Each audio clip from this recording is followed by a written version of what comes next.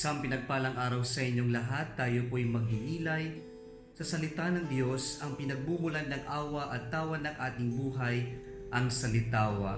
Today we are celebrating the feast of our Lord Jesus Christ, the Eternal High Priest.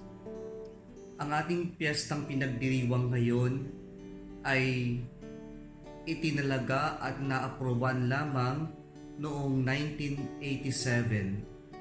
At ang focus ng ating dakilang kapistahan na pinagdiriwang natin ay ang priestly office ng ating Panginoong Hesukristo, specifically on the Eucharistic sacrifice. At sa ating piyestang ito, inaalala natin ang Panginoon bilang kataas-taasang pari, ang paring magpakailanman. At nang dahil tayo ay nabinyagan, tayong lahat ay nakikipagkaisa sa priestly office ng Panginoon. Ibig sabihin po nito, lahat tayo ay mayroong misyon na magpakabanal at pabanalin ang ating sanlibutan. At itong pagkapari ng ating Panginoong Hesukristo ay sinasalamin ng mga naordinahan sa sakramento ng orden or holy orders, ang mga pari.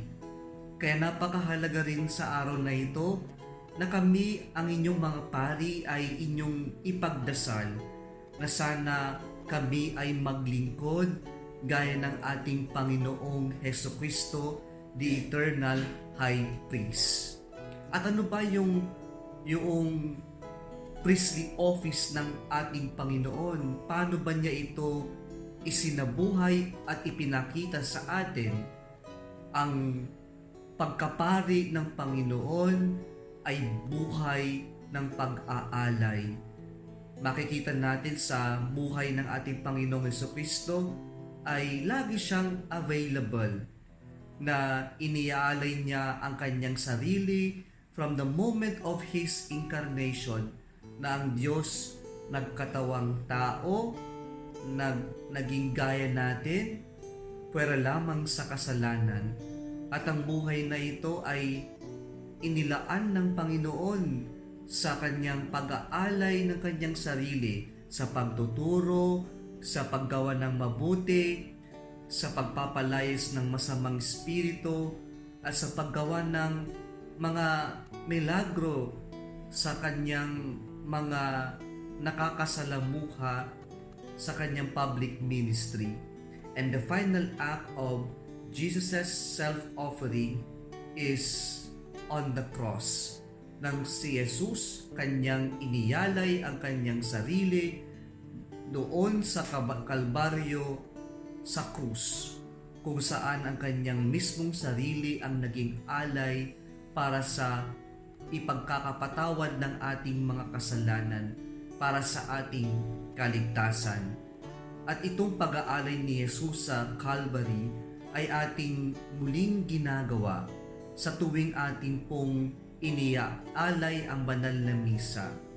That we are not just repeating what happened at Calvary, but every time we are celebrating the sacrament, the Eucharist, Christ is present in His ordained minister, the priest, who represent our Lord Jesus Christ, the Eternal High Priest.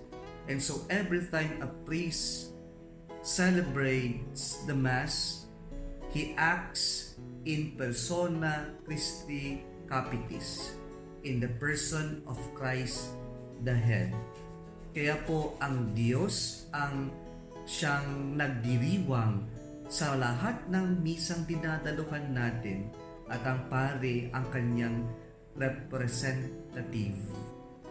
Kaya mga kapatid, ang hamon sa atin ngayon ay gayahin ang ating Panginoong Hesukristo, na matuto rin tayong mag-alay ng ating sarili gaya ng kanyang ipinakita para sa ating lahat. Ngayong pag-aaral natin is out of love, out of our concern for other people. And let us also pray for all of us your praise, that we will continue to act in persona Christi Capitis, and we will continue to become a good and faithful representatives of Christ, especially in the administration of the sacraments. Mga kapatid, ipagdasal niyo po kami na sa kabila ng aming kahinaan, karupukan at pagkakamali sa buhay, ay manatili kaming mga lingkod ng Diyos. Manatiling ang aming mga kamay ang siyang maging daluyan ng pagpapala ng Diyos, lalong-lalo na sa aming paglilid ng ating mga sakramento. You pray with us and for us your praise. Muli isang pinagpalang araw sa inyong lahat.